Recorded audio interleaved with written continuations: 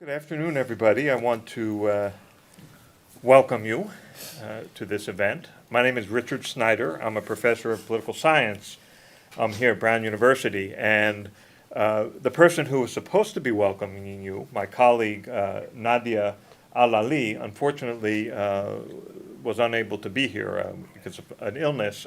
She'll be okay. But I'm standing in. She was going to introduce me, so no one's going to introduce me except me. So, hi. Welcome. I'm glad you're here. I want to, before I introduce our panelists, I want to first of all just thank the folks who made this event possible. This Gnawa, Moroccan Gnawa micro conference.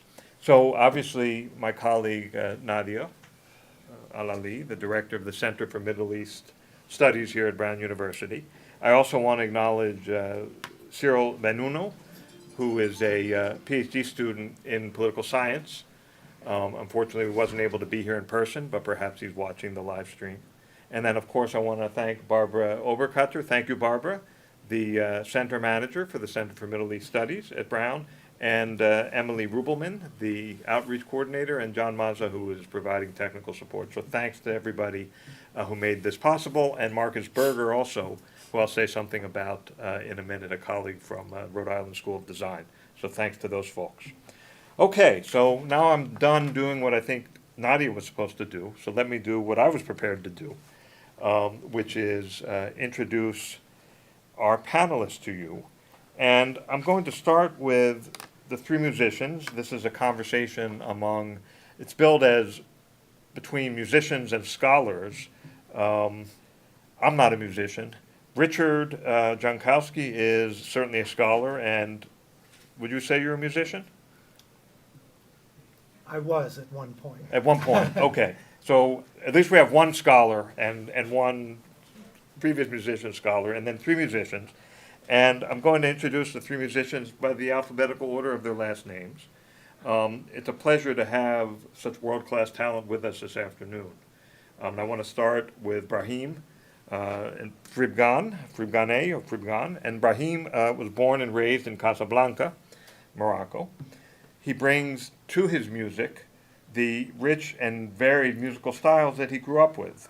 This includes North African music, Gnawa, Berber, Arabic, and even Andalusian music. And he is a master on the, I can never pronounce this instrument, the oud, O-U-D. You can see, here's Brahim playing the oud here. Here's Brahim sitting here, but here he is playing the oud. And that's a lute, as you can tell.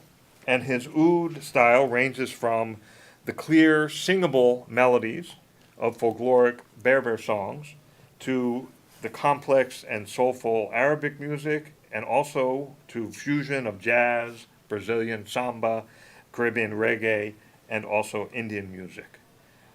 In his early 20s, Brahim moved to New York City, where he was exposed to a diverse set of musical collaborations and experiences, and was able to experiment and develop his style, which is a unique blend of the influences from his childhood in Morocco and international musical influences and traditions.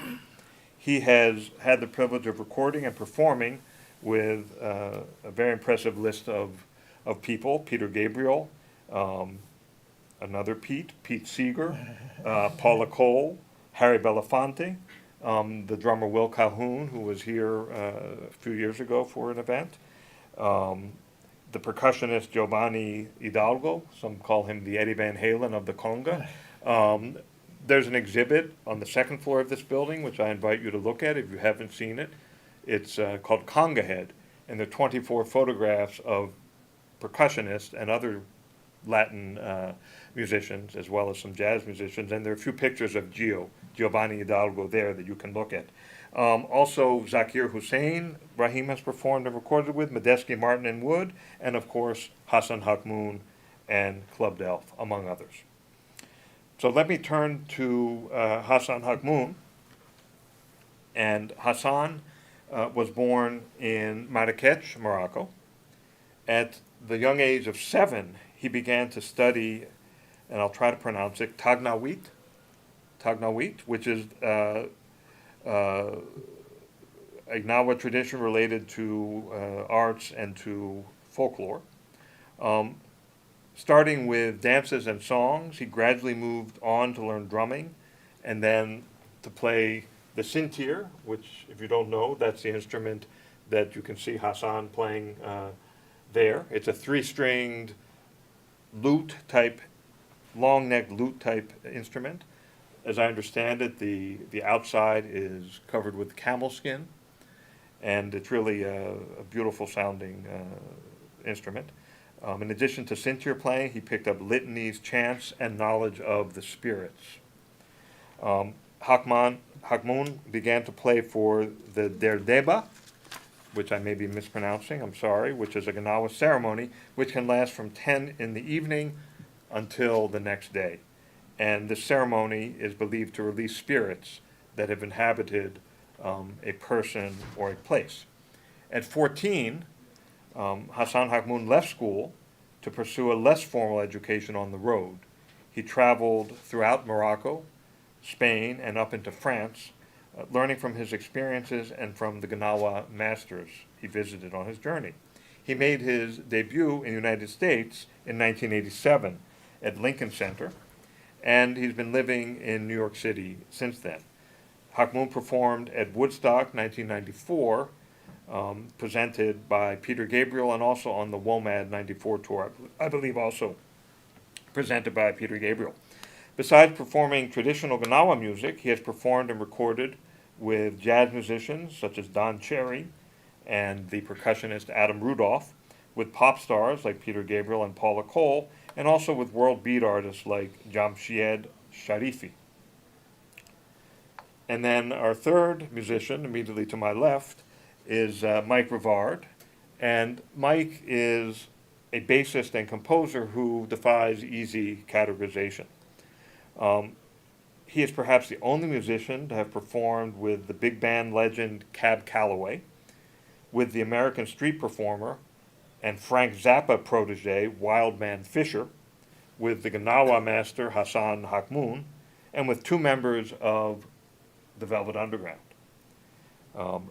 Growing up in Minnesota, he assimilated the local sounds of Prince, Husker Du, and free jazz, coming out of the Dinkytown University of Minnesota context, before he headed to Boston to study at Berklee College of Music in 1981. Rivard has recorded and performed with a wide array of artists, including folk icon Linda Thompson, soul and blues great Mighty Sam McLean, the Jay Giles Band singer Peter Wolf, Sean Colvin, Dar Williams, and the jazz drummer Bob Moses, Rakalam Bob Moses. Since 2009, he's also been the regular rhythm bassist for the Boston Pops Orchestra, where he's backed up artists such as James Taylor, Carly Simon, Melissa Etheridge, Tom Morello of Rage Against the Machine, and Toby Keith. Inspired by North African Gnawa music, he picked up a Moroccan sintir. Oh, this is the oud that you're seeing now. And with guidance from Hassan Hakmoun and also from Malam Mahmoud Gnawa, he has become one of a handful of Western musicians who is proficient on the instrument, on the sintir. In 1998, Rivard formed the band Club Delph, which is a jazz, world dub, electronica collective, also, like Mike, difficult to categorize and describe. And he has produced 11 CDs for the band over the past 18 years. Club Delph, some of you may know, has a regular home base at the Lizard Lounge in Cambridge, Massachusetts, where they, over the last 20 plus years, 24 years, have performed twice a month when they're not touring. And the band has toured internationally, won numerous awards, and has featured many guests, including John Medeski, Mark Sandman, Hassan Hakmoun, Ryan Montbleu, Mark Ribot, DJ Logic, and Marco Benevento. Okay, so those are the three musicians. You can see them. You heard them as you were coming in. I have to mention, in case you don't know, that this is a micro-festival that has two components: this panel discussion and, thankfully, live music. a live performance. So you'll be able to see Club Delft with Hassan Hakmoun and Club Delft with Brahim as well, performing tonight at 8 o'clock, and I'll say more about that when I speak later in the panel, at the Repair Atelier. It's not a Brown University venue. It's off campus, but nearby. The address, I'll give that to you later, okay? So come and see them perform tonight. Okay, so last, I'm going to introduce Richard Jankowsky, who is the scholar on the panel, besides myself, and then I'm going to turn things over to him to make some opening remarks about the Gnawa people, about Gnawa culture and music and their traditions, since he's an expert on that. So Richard Jankowsky is the chair currently of the Department of Music at Tufts University, where he's also associate professor of music, having earned his PhD in ethnomusicology from the University of Chicago. Using fieldwork-based methods, Professor Jankowsky's primary research areas focus on the intersection of music, ritual, and power in North Africa, especially music's capacity to heal and to narrate histories of underrepresented populations, to create conditions for transcendent experiences, and to serve as a flashpoint for debates over cultural, religious, and political identities. And there's a slide that I'd like to show you with Richard's books. I don't know, Emily, can you help me get that slide going? And in fact, there were a whole bunch of slides I wanted to show you, one for each of the people I just introduced. So let's do that. Get away from the silent video. Yes. Is it this one? Yes, start there with the poster, please. Start. Right there. Excellent. Okay, perfect. Yeah. Oh, sorry. Oh, We need thank you so much. to, yeah, of course. Okay. There we go. Thank you. You've all seen this probably, so just a reminder, come to the music. Right now you're here at the Gifts of the Gnawa conversation among musicians and scholars. Here's Brahim. Wonderful new album, Ramadan Sessions, came out just this year in collaboration with Raz Messinai. I recommend it to you highly. Come on in, find some room. There's seats up here on the left. Please come on down. Come on in. Hey, you can sit here. I'll move my stuff. These are available seats.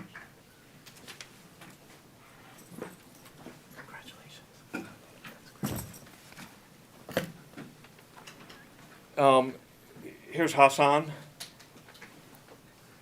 Wonderful album from 1991 with Adam Rudolph, Gift of the Gnawa, and the late Don Cherry.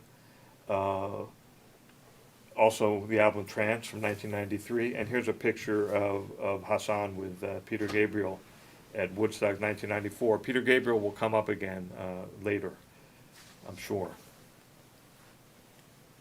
And then Mike Rivard, here's Mike with a few covers of Club Delft albums. Now I Understand from 2006, Electric Morocco Land from 2018, and their new album, 2022, You Never Know, which I recommend all of these, obviously, to you. And then here's Richard Jankowsky. So Richard, his first book, 2010, Stambeli, Music, Trance, and Alterity in Tunisia.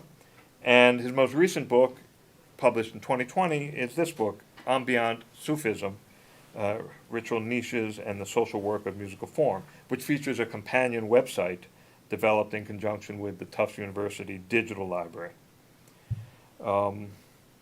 So, I think that's it for introductions. There's seats here. If you'd like to come in, please, don't be shy. Come on down and sit, unless you're distancing for obvious reasons. Okay, I want to hand things over to Richard now, and he's going to make some remarks about the Gnawa people. Please, Richard, and you're welcome to sit or come here, however you prefer. Whatever you want. Yeah, I think sitting is fine. Great. Keep it a panel. So thanks so much, Richard, for that generous introduction. You can see I never changed my sweater. and for the invitation. It's kind of a strange space for me to be in, introducing the culture and music and history of a heritage that, you know, two people on this panel belong to, and a third has, you know, devoted a great deal of his career to learning. So because Richard asked me to provide the briefest of overviews of this, of the kind of geocultural context for the Gnawa, I hope you bear with me and imagine that for everything I say, there are extensive footnotes, all kinds of things that I am not going to say, all kinds of debates and ambiguities about these histories, because it's not a single history. It's very complex. It's very widespread. So, and I also want to make sure we have time to hear from our esteemed musicians here. I'm here to listen and to learn, and I've got my notebook, so I'm not going to speak too much. So let me begin. Hassan's heritage and the musical sources of some of the music you'll be hearing tonight, and I really hope you'll be coming to the concert tonight. I was there at the sound check, and it was just unbelievable. Really, it's going to be an amazing event. Those sources are the Gnawa of Morocco. And Gnawa refers to a music, a people, a culture, all of which are associated with Moroccans of sub-Saharan heritage. Many of them were forcibly displaced from sub-Saharan Africa, trafficked across the Saharan desert, and were enslaved. This took place mostly from the 16th to the 19th centuries, and there are counterparts across North Africa. In Algeria, you have a tradition called Diwan. In Tunisia, you have one called Stambeli or Stambuli. In Libya, you also have one called Sambani. So there are sort of family resemblances across North Africa, but each one really developed its own specific style and has its own specific locations in the broader culture. My own work focuses on Tunisia, so maybe I'll bring some comparative insight, and I'll be asking questions that reveal some of my ignorance about the Gnawa. So in Morocco, the Gnawa cultivated healing rituals driven by music, and these rituals involve the invocation of spirits, as well as Muslim saints, who are understood to put patients into, or dancers into a state of trance. Unlike in the Americas, where enslaved people were usually prohibited from maintaining their cultural and musical practices, in Morocco, Gnawa rituals were in demand by Arab and Berber Moroccans. So it served the black community as well as opened up spaces for interaction and engagement across different lines of society. So the ritual is about boundary crossing. It's not only human and spirit worlds that are being crossed, but also those of social groups. And alongside these ritual practices, which take slightly different forms in different parts of the country, I was learning from Hassan just today about how the southern part of Morocco practices Gnawa music that in a way that is sonically and aesthetically different from the north. Alongside these practices, there's a long history of performing on stage, in public squares, and in festivals. In the 1960s and 1970s, the Gnawa music was an important part of Moroccan jazz, as well as a part of the country's most influential popular music group, Nessel-Riwan, which was kind of like the Rolling Stones of Morocco. So later I can speak about the concepts that we academics have developed to analyze this coexistence of ritual and stage and fusion practices related to the Gnawa. But I'd just like to stop here by noting that stage and fusion performances are not understood as less authentic than the ritual ones. They are simply another side of a very rich musical and cultural heritage that is always adapting to new places and new times. So I'll turn it back over to you, Richard, if you wanted to start the questions, or I can Sure. begin. It's Let up me to you. just get my thing here. So, thank you very much, Richard. So what we hope to do is have a conversation among us for a while, and we also hope that we'll have time, or we'll leave time, for questions and for engagement with you. So, Richard and I coordinated a little bit before, not just on our first names, I'm also Richard, but on the first question. And I'm going to pose it, and the question has to do with repair and healing, and the role that healing plays in the music, and the Gnawa music, and the Gnawa culture, Gnawa tradition, and maybe in music beyond Gnawa music. And it's very appropriate to discuss this given the venue for the performance tonight, which is the Repair Atelier. There's a book that has just come out about the Repair Project that's co-led by my friend and colleague Marcus Berger. This is his project, the Repair Atelier. He's a professor of interior architecture at the Rhode Island School of Design. And if you want to learn more about repair, check out the book, edited by Marcus Berger and Kate Irvin, with a wonderful endorsement by Peter Gabriel. There's no hope for a sustainable future without care and repair, becoming as sexy and seductive as use and lose. Okay, I'll let you read that too. So this is where the show will be tonight at the Repair Atelier, and right now I'd like to ask the panel, the musicians, to tell us about healing and repair and the role that those concepts play in Gnawa culture, in music. And Hassan, I've seen you interviewed before, and I remember hearing you talk about something that happened when you were maybe 6 or 7 with your sister, and your mother was a healer in the tradition, as I understand it, and your sister was very ill, and your mother helped her. And maybe you might want to share some of that with us to start off, or however you want to cut into it. No, that's a very good question. Come on in, there are chairs down here, folks, in this room. You can sit on the floor if you need to. There's an extra chair in the corner, sorry. Yeah. Please, Okay. Hassan. So regarding my sister, her name was Mina, and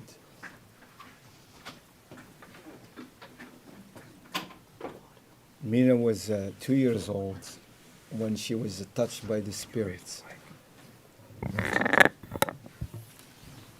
I'm not used to this kind of microphone and stuff. I used to like shout and scream. So when I say the name of Mina, Mina's my younger sister, and it's sorry. The reason I'm choked because I lost my sister. So she was 12 years old when she passed away. But going back into the question, she was 2 years old when she got touched by the spirits, and I was about 6 years older than her, so I remember what's going on. And she was touched by the spirits. So when I say touched by the spirits, a lot of people, they might not understand what I'm talking about. Some people believe in things in the spirit, or things moving around, or whatever, as you see sometimes in a movie. But what I experienced, it's real.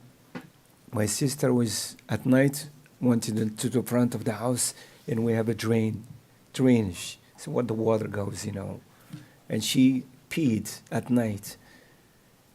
The next day, her body was burned like marks of cigarettes. Exactly, if somebody put the cigarettes all over her body, she looks like a strainer everywhere. And then they figured out what happened because she peed. So for us, we don't pour hot water at night into the drain without saying the name of God. So if there is any spirit there, they would have to clear the way. My sister didn't know anything, so she got touched by that spirit. So my mom did the ceremony for her, which I witnessed, and that's what brought me close to this music. They did the ceremony, they brought the Gnawa masters, and they sacrificed, I believe, a goat. They took the skin out and put my sister naked inside the goat skin and played the music and take her out. Everything was disappeared like magic. And when I saw that, I was like, wow, this is what I want to do. Even though it's in the family, it's there, but I just want to do something to heal others and play this music, to make people feel better in trance, like that. So after that, my sister was good. Everything was amazing. She's back into normal. Her body was nothing happened until turned 12. I was 17. I believe I was 17 or 18 years old. I was working, and my brother came and said, she passed away. I don't know if this is... Okay. When he said passed away, I thought of my aunt. She was almost 125 years old, so I thought... And he said no. So he couldn't even tell me who died. So I ran back home, and I find out it was my sister. And that's why each time I talk about her, it's very hard, But it brought me back into the music, and this music, it's part of me, and she's always with me. So this music is very powerful, and I witnessed a lot of miracles within this music. Thank you. Thank you, Hassan. Brahim, would you like to say something? Sure. I didn't grow up with Gnawa music. I grew up with music here in New York, actually. That's how I know my own culture, by meeting Hassan in 1989 in New York. But I was familiar with it. I grew up with a different kind of a Gnawa. You probably mentioned something in the Berbers in the South, which we don't use the string instruments. It's only like drums and castanet and singing. And the language is not Arabic. The language is a Amazigh language or Berber language, what they call Berber. But before I used to wear music is from weddings. I used to play in weddings, I had little mandolin, and I'm familiar with the trance, but I was not believer of that. I mean, everybody, whenever they say somebody trance here, because trance in Morocco, and I think in every part of the world, I don't know if you have, I saw this documentary, but it's called A Shock in Asia, where they show you other kind of trance, where people, like, for example, touching hot oil, and they go around on the things, and they start touching and put them in the body, and they don't feel it. So I never, I was young, I was like, this is crazy things, it's not... But one time I just want to bring an example of the idea how the music actually heals people, which is the question. And I remember I had this experience when I was probably 16 years old and playing in the wedding, and all of a sudden I see this, and I'm playing not a Gnawa music because there is a lot of trance music, all different kinds. We have a Gnawa, we have a Haddawa, we have Jilala, Isawa, all this brotherhood of Sufis, they all do the same thing, not only Gnawa, but it's existed everywhere, even here in the United States. I find out that some churches, they do snakes in the church, and they trance. I believe like somebody who's playing like a heavy metal when they start jumping, all this guy, that's trance for me. That's like somebody who doesn't feel his body, he loses his body. That's what that means. It's like you lose your body, it's only your conscience, and that's why they don't get hurt, because your body is not yours anymore. It's just, you do all these things that you can't do it when you're sitting like this. You get hurt when you do that. But when you're in that position, but just like the Sufi, for example, when you get that nanosecond of Sufi, you can't get it every day. It's hard. You have to do it so many. You see the Sufis, the Turkish go round and round. They do it for a long time just to get that nanosecond of Sufi. So go back to the trance things. I was playing, and all of a sudden I see this big guy coming in, picked up a glass of tea, which, the Moroccan tea is always everywhere. It's like a whiskey of Morocco. And picked it up, and then he started biting it and chewing it. And I'm like, I can't believe this. I get scared. I was young. I was like 14, 15, and I see this guy with eating glasses and chewing them. I stopped because everybody was screaming. I was like, no, I got to stop. And it's the opposite to do. It's the opposite things to do, because you're actually interrupting his trance. You're interrupting his, his connection, or whatever he's channeling with that spirit. And I went back, and everybody was like looking at me, saying, "You're gonna." Even him, he came to me with his eyes like really big eyes, and he's looking at me, but he's not speaking. And my friend told me, "Hey, he's telling you to keep going, don't stop, just keep playing, keep playing." So I did. I kept playing and went back. I was like, "Man, you can trance as much you want, just don't get close." But in the end, what happened in trance is like when you finish, when you actually get to that point, it's you fell down, and that's it. That's you healing. So then people come in and they will wrap him in like a kind of white sheet or something and take him home to the room. He came back like nothing happened. I'm like looking at him, like, what's going on in here? This guy who was like hitting himself with the things, eating those glasses or whatever, that stuff, but nothing happened. Everything is gone. That was the time when I started believing it, that it's actually existed in every culture, it's not only Gnawa, every music in the world. You can, for me, you can feel it when you just playing by yourself in the music. You can connect. You can do that. Anybody can do that. It's just a different part from culturally where it comes from. Africa is rich in all this music, and also the connection of nature, the connection of God, whatever your God is. It could be Allah, Jesus, Buddha, whatever it is. There is that connection. And if you can get to that, that's when you get the healing. I think every music, and there's a lot of, I mentioned it before, the trance that we have, there's a city called Meknes, which once a year, you've been there, I'm sure you've been there so many times. Hassan, I've never been there when I was a kid, because Hassan, went all over the tour of Morocco, exposing himself to all this kind of, and as a matter of fact, there is some songs actually that we took from the other brotherhood trance or Sufi music to the Gnawa music that they use now, which the instruments are different, the drums are different, everything is different, and they use it now.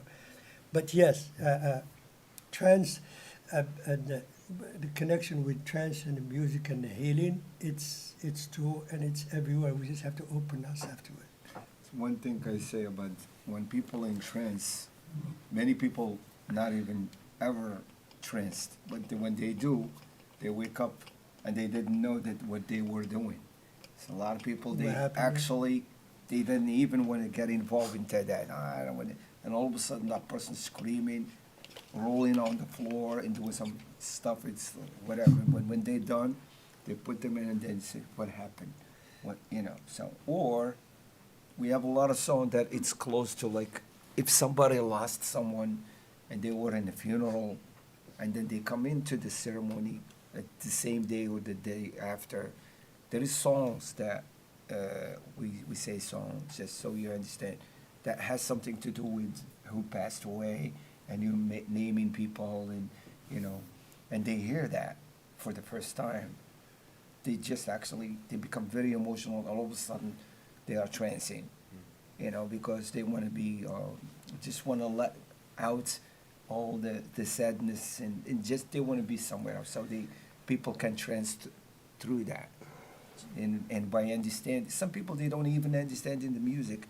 They used to come in like from Europe, in Belgium, and they group just to experience, just the same gathering we're doing here. And some of them are French or whatever. They don't understand what the Gnawa is singing. But all of a sudden, boom, they are in there trancing, you know. And some of them now, I remember 30-something, 40 years, now that they have some Europeans from Belgium and Switzerland and even in Denmark, they go and they study and they go and teach. You know, they speak fluent their own language, but they learn, and they become what we call them muqaddim. It's like the head of the Gnawa and the person who's actually organized the ceremony and stuff like that. And they take it very seriously. This music, it's not a joke, and you have to be it's like going to pray. So it's not, there is a lot of musicians who play this music. It's with respect to the instruments, to what you're saying, and it's it has to do with God, the prophets. So it's very kind of like a lot of respect into the music, you know. So that's one part, and you always have to be clean out of it, and you're not drinking, you're not doing anything, you just go in there, and that's where the power comes, when you're fresh, your mind and stuff. You don't have to, you got drunk with the music, not needing anything else to get high or whatever. It's just music. You see people just going, it's like, I want to have what that person having. There you go. So. Mike, did you have anything to add? Good afternoon. I feel like I'm kind of an interloper here because I don't come from the culture and I'm not a scholar. I approached Gnawa music as a jazz bass player who was attracted to this music that was focused around a bass instrument, the gimbri, or the centire. And I grew up in the Midwest listening to, you know, Pink Floyd and Frank Zappa, and then I came to Boston. And I'm very happy to be here with these gentlemen because they're like my gateway to learning to play this music, meeting Brahim and Hassan. I was playing with a musician named Mark Sandman who had a band called Morphine in the 90s, and he introduced me to a record called Gift of the Gnawa by Hassan, and that was kind of the light bulb moment for me where I realized I had to find one of these instruments and learn to play it. And I've always been, I think, drawn to trance as a child. I would go into trance. My mother was from Ireland, and I was deeply steeped in the Celtic tradition and very involved in dreams and lucid dreams. So that seed was always in me. And when I heard this music, it was like I had found my home. You know, it was like this is the music. And I formed a band. Brahim joined the band, and through my association with him, I met Hassan and learned to play the music. But I feel, you know, as a white Western male, I don't think you can come into this music without addressing the aspect of cultural appropriation. You know, it's like I feel a deep respect for it, but I'm also very careful about, you know, my place. And fortunately, I have my friends, my Moroccan friends, who kind of act as my, you know, like, is this okay? I don't want to, like, you know, I don't want to be disrespectful. But the healing aspect of the music is something that really attracts me, because I've never been to a lila. I haven't experienced that aspect of the Gnawa tradition, but I've experienced it as healing for myself, I went through a very dark period in a few years ago, in 2015. I was traveling in the Amazon jungle. I was taking annual trips to the jungle to work with some indigenous healers. And in 2015, during one of the trips, I started experiencing lack of breath, rapid heartbeat, terrible anxiety, and fast forward a few weeks later when I was back in the States, I had a pulmonary embolism, which, is a pretty severe condition. And it precipitated a period of several years of severe depression. I developed PTSD. And one of the keys to my recovery was deeply immersing myself in learning the Gimbri. I mean, I had been playing it for years, but when I first started playing, I kind of made a conscious decision that I was going to approach the music from the instrument as a bass player, because I didn't want to just appropriate this deep culture. I loved the instrument. I wanted to see what I could do with it as a bass player. And I learned some songs, but I was very careful about not overstepping things. So during the period of my darkness, I couldn't sleep, so I had to have something to focus on. And I learned note for note how to play Mahmoud Guinea and Mustafa Bekbo and Hassan. And through this immersion, it helped my recovery. So that's something that I think really speaks volumes about this music, that someone from outside the culture can, through playing it, find some healing. It's talking about bass player. 1994, I got a call from a record company in Japan, and they want to get all the bass players in the world. And I'm talking about the bass players like you. And they put an album, and they asked me to put a song, and I find out about the other bass players. I don't know if you have that. No. But big names. And I was like, wow, this is amazing. Because of my instrument, they want to collect all these bass players together. But after that, I moved to California, and I met Verdine White from Earth, Wind and Fire. And this guy is incredibly... I met him before I moved to California, but I met him again. I went to see him. They were opening for Barry White, and and I was as a guest, just Wow. And then I got to move to California, and I was hanging out with him, and he asked me to build an instrument, so I got him one, and he really just started playing like wow. So he says, "You want to give me money?" I said no, and he gave me his bass, and he signed it to me. Now this music inspired Marcus Miller, who also I met in '89 when we did the show that involved Miles Davis. It's only shows that went for 2 years called Night Music. And that's what I met. David Sambo. Yeah, David Sambo, when I met Miles. David also was really want to do something with this music with me, and a lot of great jazz musicians who passed away, like Yusuf Lateef, Vera Sandros, and Don Cherry, and also I did work with Branford Marsalis. 2018, I was with Herbie Hancock in Russia. I was like, I always want to go to Russia, and I'm glad I did before what's going on in here. But I had a wonderful time. So there's a lot of great musicians who are actually being inspired and respecting this kind of music. Talking about my brother here, I just want to tell you, man, you're amazing, talented musicians, and I'm very proud, to see you playing this music, because not just me, now we have you spreading this music with your own kind of style, and it's an honor to see you doing what you're doing, my friend. Thank you. Yeah. It's the way Mike was saying that it's that I'm a white guy and trying to get this music, white dude who's from Minnesota, Ufta. Ufta G. Ufta G.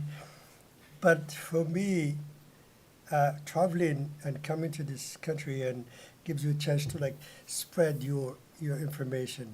You know, like you see the whole big picture of music. What is the role of music? Why are we playing this music? And then I realized that there's no white and green and white man or blue man, whatever it is. Music has no color, no passport, no visas, no religion, no language whatsoever. Any human being can do it if you just put yourself in it.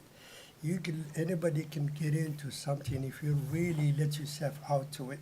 So, yes, there is when I just played with 2 days ago, last Friday with the country music, where I played the spoon with the country musicians, and I'm like working with these guys, and I'm learning something. So here's a guy from, same like you say, a white dude. Here's a guy from Africa, from North Africa, in New Mexico, somewhere in this place called Socorro that nobody knows where is it, and I'm sitting down with this 10-piece band playing all country music, and I told him, hey, I know that song, Jolene, yeah, I know that song, and they look at me like, what? You from Morocco? You're not supposed to know this kind of stuff, kind of, that kind of thing. But just to tell you that it's not, it's all connected. It doesn't matter what kind of human being you are. There's a quote when Brazilian says, nature transforms life to music, to songs. So it's actually those three elements, the nature and the song and the music, that's all it is. That's all existed. There's no such thing, other things. And the Gnawa music, it did spread in the late, starting from the 70s and stuff. It became more broad because people find something in it. If I want to compare music, for example, here to what's in South America, I would say candomblé, for example, in Brazil. I would say santeria, the bata in Cuba. I would say in Puerto Rico, when I went there and I saw the bombo, how do you call it? There's a style of music, and all Africans, who plays the African Puerto Rican. And then in Haiti. In Haiti, everywhere, in Mexico, the jarocho, when you hear the jarocho, it's similar to that kind of, it's just like a language of the food when it travels. It goes to a different part of the world, and then it will, touch everybody, and then you take it from there. That's how you call it samba, that's how they call it. I can't call samba as African. You cannot do that because samba is a Brazilian, but what's the root of it is Africa. When people think of a banjo as an American, but it's not. It's the banjo is actually came from Africa, but it became a banjo here. But because of what we have done, like you and Brahim and me being here in this country and traveling with big stars, playing in front of 200,000 to 500,000 people in different countries, this music become, everybody want to know more about it. Morocco woke up, because this music was actually not respected. Yeah. When I was growing up, it was not. It looked down. Yeah, everybody was looking down on this music, and what is it? Right now, police officer want to take their uniform and just want to play this music so he can actually get out of the country or something like that. So people actually, you go to the bus or taxi drivers playing the music. When I went back, it's like, wow, it's everybody. Women now is more involved. They used to be in the background. Now I was the first one actually to go back and record with females in my album. And it was fantastic experience. And now they're actually girls that really play a lot better than the guys that I know in Morocco. There's a couple girls like fantastic. So back into the car, it was tough. And now because, everybody's coming out, opening up, sharing, the music, people marries with mixed and this and that, and people are growing. I have a daughter, she's half Japanese. She's actually, one day she's gonna be, she's singing. So people say, like, what? She's my daughter, So here we go. She's half Japanese, she speaks fluently in Japanese, right, whatever, but one day maybe she wouldn't play this music. If she asks, I would help her out. But, so that's what it is. Music is not about colors or this or that. It's actually something that we have to share with each other and it's a gift, and it's a big gift, not just for me, you know. It's a big Christmas gift, shared with everybody, and that's what we do with this music, you know. I don't know, Richard, would you like to post something and then we can open it up, or do you want to just open it up for questions? It's up to you. If you have something you'd like to ask, please do. Yeah, let me add, I guess, because, or continue the conversation, because Hassan and Brahim brought up and spoke to this issue of this music being stigmatized, of being looked down on, of being suppressed. And to continue on the theme of repair, it also performs historical repair. So one of the biggest honors in my life, and I started out a lecture I gave a couple of days ago in this huge auditorium for Introduction to World Music, you know, and asked the students sort of rhetorically, what is this white guy from New England doing, speaking, you know, authoritatively with the title of professor on, you know, this North African tradition? Well, the biggest professional honor of my life was that my teacher, or the man who would become my teacher, Baba Majid Barnawi, may he rest in peace, entrusted his story and the story of his community to me. He wanted me to study it, to write about it, to spread it. And so we do this through scholarship, but also through musical performance, and often we collaborate. We work together to do this. But what became really apparent in my work and in the stories he shared and in the music he shared was that in this music and in this ritual, the history of sub-Saharans in North Africa, their origins, their travels, their trials, their tribulations, was being preserved. And it was not being preserved in the written record. The slavery was something you never talked about in Tunisia. Even minorities you never talked about, because you know, Tunisia was a post-colonial authoritarian regime for ever since it gained independence from France. You had Habib Bourguiba, and then you had Ben Ali. So under both of those regimes, national homogeneity was central to the political aims. And so scholars self-censored, musicians did not talk about these things. But if you look in the music and the ritual, these histories are maintained. In the lyrics, you have words from Bambara language, the Bambara language, Songhai, Kanuri, that are still maintained. And while the specific meanings may not be known anymore, or some of them are being lost, just the fact that they're there and they're understood as other maintains this connection. And then the spirits, the way they are organized into different families, that maintains histories, because some of them, at least in Tunisia, are shared between sub-Saharan Africa and North Africa. For instance, the Bahariya, or the water spirits. Oh, yeah. You know, you had those in North Africa Marsawi. as well, right? The That's what they Marsawi, call yeah. it, Marsawi, yeah. Mhm. Bahari. But then you had some that clearly are traceable to the Hausa, the Bori. And then Niger. Yep, in Yeah. Niger, exactly. So it preserves this history, but there's there's some recognition, but there's also pride. Baba Majid, one of his favorite songs that he used to play for me, the lyrics are, Ya Hanana Rani Wilde Frigia Wala Berik, Wala Yarham Jade Wala Fima Khaleli. So, oh mother, I am a son of Africa, or I'm African, and God bless my ancestors for what they left me. And there's a sense of pride there as well.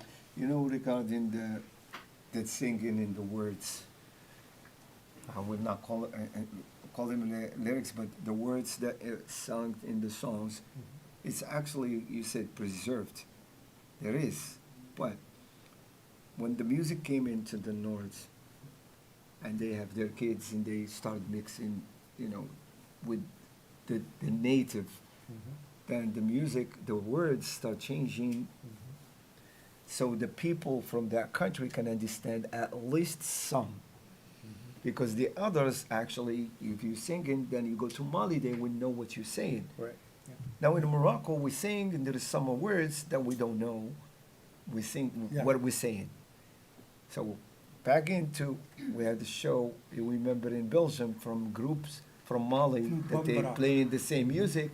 We have the same song, but they singing something that, and I'm singing something Yeah. that mixed with Arabic, you know, because when the Arabs came into Morocco like 600 years ago, so then people start mixing words. I've been since 1600, since I was 10. But you know what I'm saying, that we start singing so we can, you know, say Allah or the Prophet Muhammad and that. But then there is, eh, Fulani Arabi Yasin. With the Then you Fulan, put, the Fulan is the people Fulan, but then you Fulan. put Rabbi means Allah, which is God, and you mix in things like that. So we have the Gnawa music, it's completely has, it's Mixture. rich because it has so much in it. So everybody put a little bit of their culture into that music that was actually came as an immigrant into that country. So, you know what I'm saying? Absolutely. It is very interesting to, from my experience with traveling in South America, I've did a lot of traveling there, and I'm always interested in how did the how the African influence the South American was the influence in there, and I realized I came to the point where every style of music, even in Africa and other places, once the music from Africa travels to other place, they will call it something. They will call samba, will call something, or but there is only three elements that makes that thing. I realized first thing is the colonism. That's the first thing that you can see the influence, which is the harmonic in South America, which came from the church. The second thing is the religion. So we have the Islam, they have the Christianity. So when you go to, when you listen to Santeria, for example, in Cuba, you can hear those African words, you still can hear them with the mix of the Spanish and so of course the Gnawa also the similar for the black slaves in America, where they not supposed to sing some songs.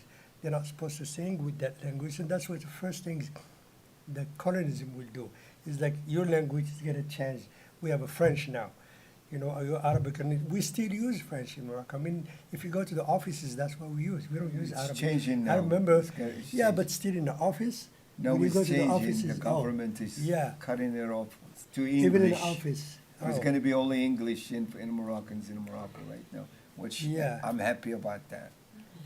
So yeah, so you can see in South America or here or in Morocco or other places in Africa, it changed the language of the Sahel. It's almost the same language, and I'm sure you know in Tunisia, Libya, it's all the Amazigh languages. They call it Tamashik or Amazigh or whatever they call it, all different names. It goes from all the way from, actually not only from Morocco, but from the Canary Island, all the way from Canary Island to Egypt or to Ethiopia. They all have the similar music, similar drumming, similar way to sing. I'm going to give an example. For example, if you want to sing for the blues, when you see those high, and it comes back, it's the same thing we do in Gnawa music. It's always that high, oh, I got a woman. It's the same thing when we sing, la ilaha illallah. Similar when you go to Tunisia, when you go all the places. So the religion actually changed which you just mentioned, what was the root of those villages or those tribes. It depends what touched them. It depends what, like if you speak of the language of Berber language, for example, in the north it changed a lot. The reason it's changed, and in the south, the sub-Saharan, if you talk about Tinariwen and those places, you know, northern Mali to Chad. When I spoke to this one guy from, not Chad, from Niger, and it's those guys who put the makeup, I can't remember, I'm so ignorant in this because I can't remember the names, where they have a makeup and they dance up and down. That's Kenya. And no, it's in Niger. So, and he was speaking Berber, and I got shocked. I was like, I didn't know. I was ignorant. I mean, they told me only Berber only exists in Morocco, but it's not. It's everywhere. There's a lot of stuff that we've been told that is not true, and for me, it's like this pattern. I really appreciate because we relearn and learn what we learned before, because most of the people tell us stuff that is not true. All the histories, all the slavery that happens in Morocco, which, you know, it's hidden. You know, it's like just from outside, and we try to say, oh, we don't have this, we don't have that, but it's actually the suffering, the blues way to sing people from inside, where they sing and you don't know the language, but you still feel like you're gonna cry. And it has nothing to do with language, but that's the music. That's the deepest thing that goes to your heart straight. You don't need the language. You don't need English or anything or Arabic, whatever. So it is the root of those, you know. And I thank God that our ancestor actually, like you say, the Baba says that I thank my ancestor to bring that to me. Well, all the culture of Africa, it's mouth to mouth. It was never written. Nobody reads anything. We still just remember the language. We still remember. Nobody wrote the language. Nobody wrote any books or says anything about that, the culture. But we still remember. We still speaking it, and that's because everybody, it's mouth to mouth. You know, just telling. And my grandfather, and we should respect that. We should really bring it back, because that's our job, is to that whatever give it to us, people had a lot of hard time to bring it to us. So our job is like to keep it and give it to the others and keep it going. And if we just diss it like that and just look at it down like we did in Morocco, for the Gnawa music, not only Gnawa music, I was not allowed to play music when I was home. My father used to lock me in the house, and the band is knocking on the door looking for the guitar player. He's not there.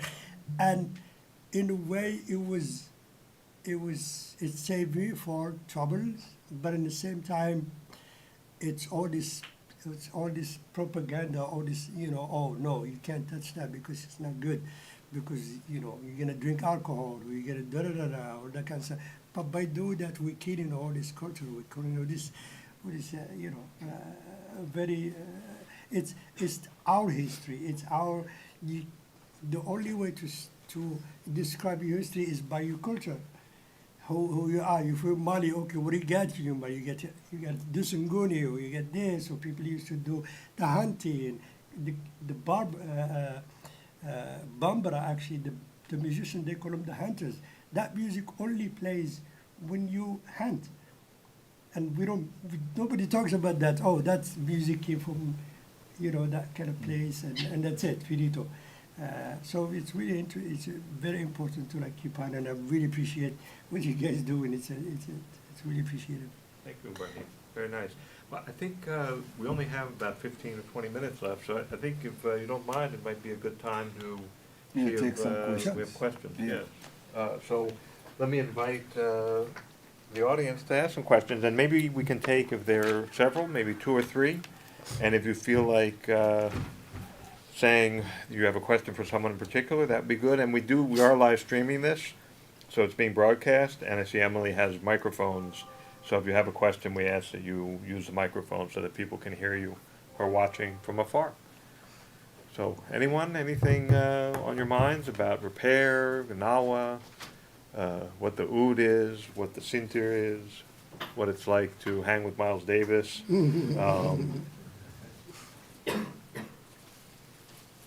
I am sure there is somebody want to say something. Yeah. Come on. There you go. There we go. That's it. Please.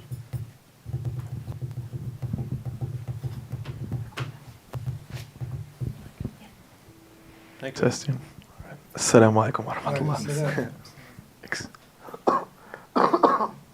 Excuse my voice, it's a little bit hoarse.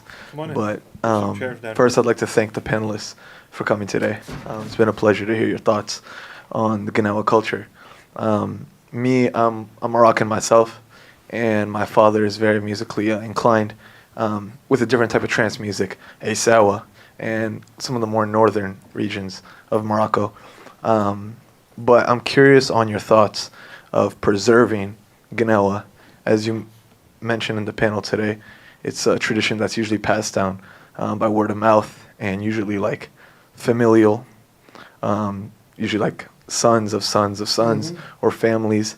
In this new digital age where a lot of music is being recorded and disseminated just through like streaming services, do you think that removes a piece of the element of enjoying Gnawa music or being a part of it, as it's usually done in like a lila that you guys have mentioned? How do you think Gnawa can be preserved in the future for this digital age? Well, And thank you. Thank you. thank you for the questions. I think a long time ago when I started, I want this music to be known because nobody knows this music almost 35 or 36 years or so in this country, the Gnawa music. So I thought, how can I actually make it known to the people in America? What can I do? So sometimes you want to send an envelope, you have to put a stamp on that envelope to go somewhere.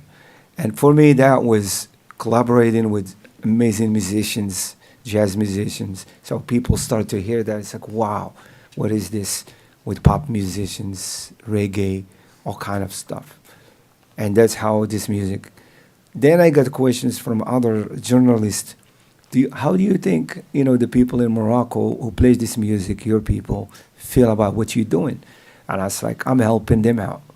And right now, this music is actually, it's actually going to be more than just preserved because there is more people playing this music and a lot of different kind, remix, lila, and people are learning in a lot of different ways.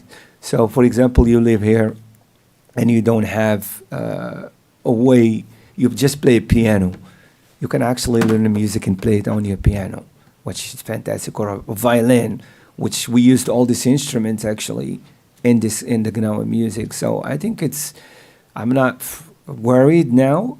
Maybe before, yes, because there was not a lot of family in Morocco. A lot of people passing, away, that. But now there is non-Gnawa playing this music, which is I welcome, So thank you. I just want to add something for Hassan was saying, and especially in a digital time, like you were saying, which is, it's really taking us off from the real trance and the leaders, and there's nothing we can do. I mean, it's already there. There's one thing that we can't stop the technology. It's impossible, but we have to somehow acclimate with it. And there is some really good example now in Morocco. I don't know if you know this guy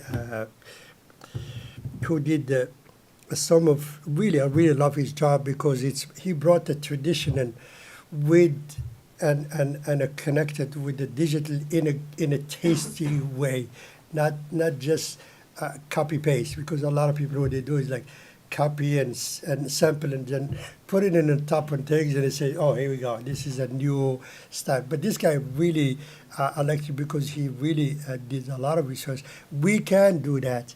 We can, first of all, we have to really unfortunately, back home, even though we have this music for a long time, even though we do, and there's money and all that kind of stuff, and I'm really not happy with the things because there is no school. There's no school back home who actually can teach. Most of the Gnawa music didn't go to school because they were people who poor. I mean, they didn't have kids. Has to go.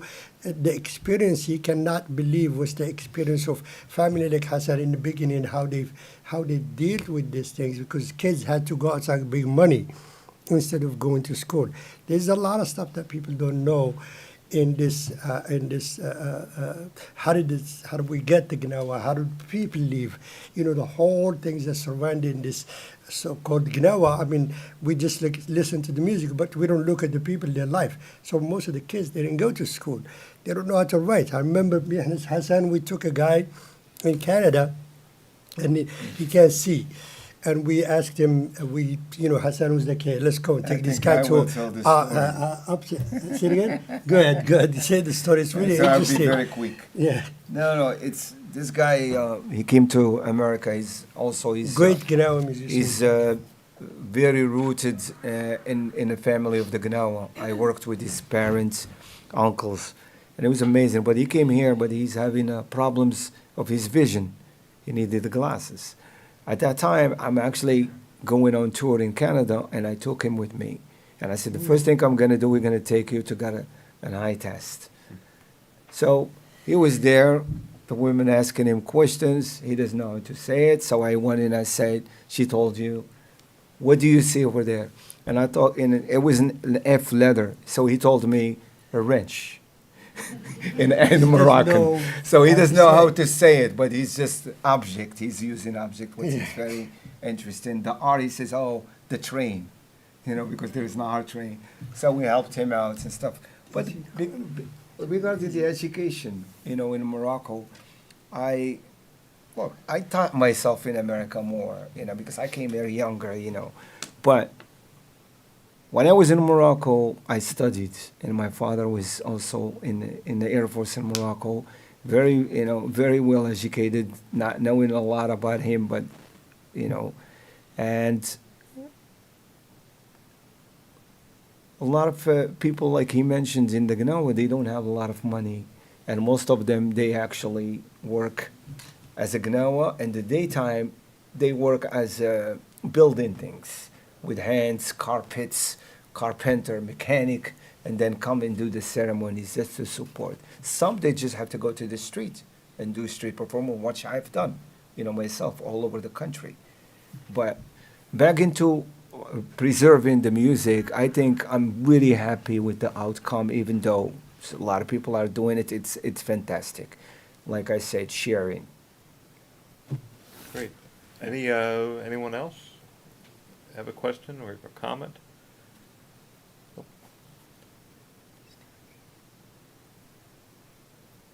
Sure, there must be. Back No, here in the red T-shirt, and then in front of you. I'm not- Maybe we'll take both of them. Yeah, I pose this as a question, but Please. I love trance music from around the world. I would consider roots reggae a very high order, not a pun, high order trance music. And I see certain commonalities, pentatonic scales a lot, ostinato bass lines, repeating bass lines, and circular type rhythms. Do you have anything you can add to that different, and from maybe- Shango to, like you were saying, Yeah. Trinidad and Tobago And has maybe we can- Shango, which is related to Thank you. the Maybe we can Santeria. take another question too, and just gather as many as we have, because we're really at the There's end one here. I more think here. right in front, did you Perhaps. have a question too? And let's add that on, and I we think I can have a question. go for it.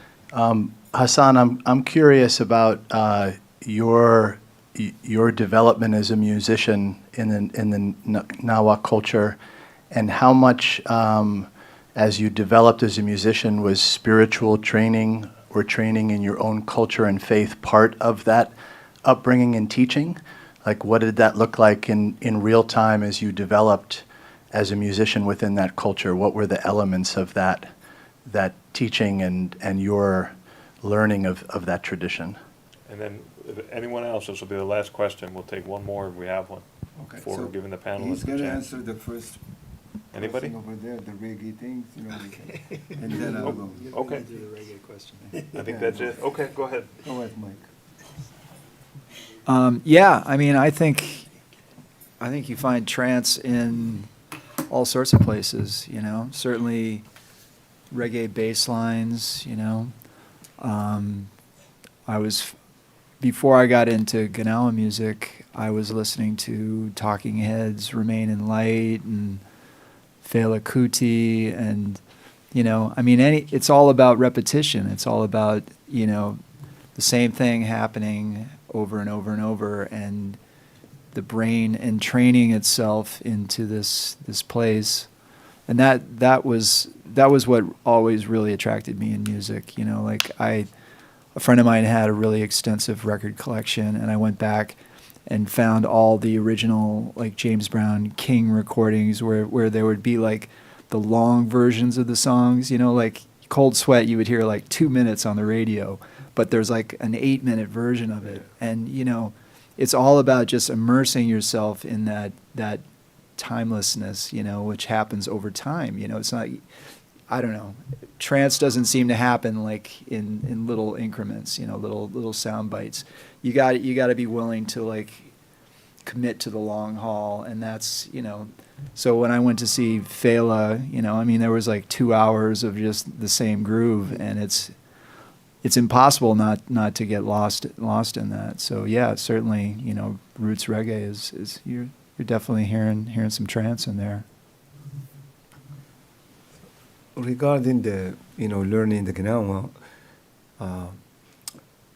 what you learn is when you go in to actually perform with masters, they don't teach you how to play that instrument.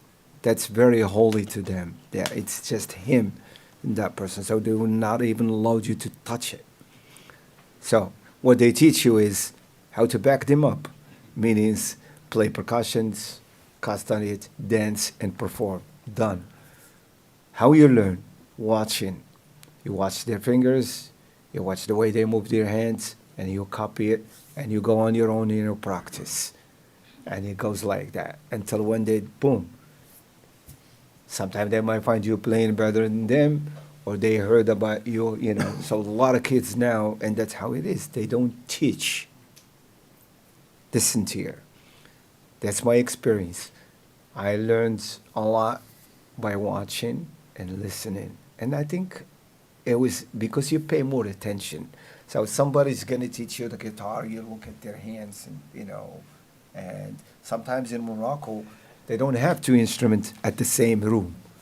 There would be one. And it's very treasured to the master. Nobody touch it. And if they're going to leave the room, they don't have a bag with a zipper.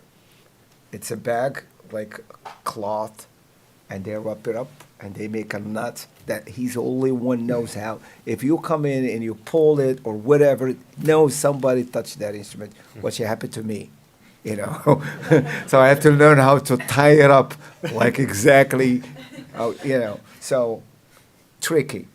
And my first time having an instrument, I actually built it from an oil can, we can't, that, and some string from cords. And when I saved about $2 back then, it was a lot of money, but I bought my first one, and then I learned how to build it. So I started making them, so I know how to make the instrument. And to become a master, you need to know how to make everything that you play, from the castanet to the string to the, sometimes I was in the show with a band, and my band's called Zahar, and that was a rock and roll Gnawa band. And we were in Germany. I was about 15 minutes before I go on this, or 20 minutes or so before I go on stage. I had my instrument, and what do we call it? The carrier, the strap broke, and then the neck went on the strap, and it broke. Everybody freaked out. I said, wait a minute, we are here. Do you guys have a carpentry room? He says, yes. I saw a broom. I said, I need that broom. We went downstairs. I put that broom, cut it, boom, and I'm done. They were like, what? And I said, yeah. Only things I was missing is I didn't put the tuning peg. I just put the traditional way, which I tie the string, which you can pull it like that. So you have to learn what, I want to add another experience, the same thing like Hassan was saying. We were in Lebanon playing, and the band's supposed to come from Morocco, two guys, and we from here, from the United States. And the guys who went from Morocco were supposed to be in Beirut. Their luggage came to Boston somehow from Casablanca. I don't know what happened, so we don't have anything. So we don't have cassette. And Hassan just went to this guy who was driving us, and He's a he said, police "Oh, officer undercover. yeah, so he goes like, is there any guy who, you guys have some store where they have make battles or something? Like a welder or something. So we I actually need went, materials. we went to this place, he saw this guy who makes lamps. He has all this store and he has all the things, and we actually did it. He went there and he makes a castanet, and everybody's looking at him, what are you doing? What the heck is that? So we actually made castanet that looks like gold because it's from Copper. It was, You know it the was from story. copper. The story about the castanet. It was Saturday, and they're all closed. But we have a government. We are invited by the government, and I said we have to make this, otherwise this show is not going to happen. So we find this person, come downstairs, open the shop, and then we start working out and making this. After I finished, I want to give him some money, and I asked him how much. He says $300 for this, and I was like, what? I made it, and I have to pay, but I didn't care because I still have them. But they were my first, actually, ever castanets I made, and they're copper. I still have them.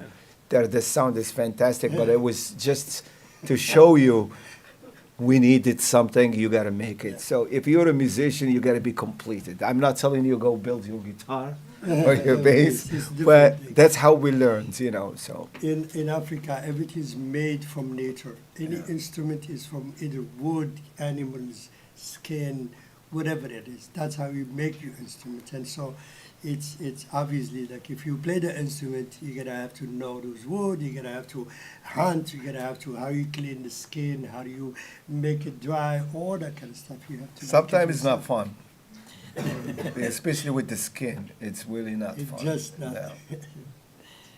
So, That was a great story. all right. Any more questions? I think we're, Yes, here okay, we one go. more. Go ahead and then we'll go a few more minutes. Technically over, that's all right. Hi, this is tremendously interesting, and thank you for it. As you thank you. talk about the young people in Morocco and Gnawa music, is there an increasing interest in learning the traditional music, and are people learning the music in the same traditional ways? Not the same, but it's really interesting because the Gnawa now, they are doing very well. When I was living in Morocco, it's tough. I have to work all day. You know, I work at a hotel, perform, then go to the square, and then go home, and then come back at night. Now, the Gnawa are doing well. Before, I couldn't even own a bike. Now they got cars. I go there, it's like, what? You know, they have homes, they own homes and everything. I'm really happy of the outcome, what this music have, you know, brought, you know. So learning. Now, a lot of people are learning actually from YouTube. So now there is music on YouTube. We have a lot of videos and some people, you know, teach online. And some people, like I said, they go to Morocco. You can actually, if you can because not like the time where we are learning, we have to work with the masters and the musicians, you know, you learn that way. Now if you want, you got to hire someone. They're going to sit with you for an hour or whatever. It's not the same thing. So you got to commit, meaning live in Morocco and go and travel from whatever you hear. The ceremony is going to happen. It's all night. You're like a long education for 12, 13, 14 hours. There is before Ramadan, there is a month called Shaban. The whole month, all over Morocco, all you hear is this music, you know, and then they stop for Ramadan. There is no Gnawa. They respect the holy month until the 27th of Ramadan. That's what they come and do that. They actually bring back the spirit on the 27th of Ramadan. So learning, it's not hard because now it's online. It's really It's changing, you know. it's not the- amazing how kids, even I met some kids, Moroccans young, who would come to me because me and Hassan, we had some videos when YouTube just started. And they were kids, they were just born in Morocco and came, it's like, hey man, I remember you, I saw that video. I'm so happy to hear that influence. But what I'm trying to say is like, even some kids who came to the United States, they learned the Gnawa music here, not in Morocco. They came here with the whole, somehow that music becomes so huge that I met these kids who in school here, when recently I met this guy who teaches English in, I think he was in Brooklyn College or something. And then he showed me some videos and he told me he learned that here in America, in New York. And I'm really happy to hear that, to see all these kids. Now it become huge that the first time it was kind of like a forbidden things, music, like you in school, or that's the other music that you should not play. And actually, some people told me that their parents told them, why you listen to that music? Why you play this music? Why you so, you wanted this music? I'm like, this is so ignorant. So, but I don't blame them, because they've been also drink the Kool-Aid, like they say here, a long time ago. And now you can see all these young kids like really learning it, but also not only learning, like taking it to another Yeah, they're place. And I'm really backpacking happy to now. hear They're that. backpacking in Morocco. I Yeah. just came back from Morocco, and I go to the square, and I actually filmed the whole thing live for 3 weeks. I go into the square and sit with them and make it live so people watch it on Facebook. And I see the kids, and I ask them, where are you from? They come from Meknes, Tangier, means like California to New York. People are backpacking, Morocco, to come in and listen to the music, and they sit there, they're learning how to play. It's incredible. Thank you, guys. Yeah. Let's thank the Center for Middle East Studies and the Watson Institute and our panelists. Thank you.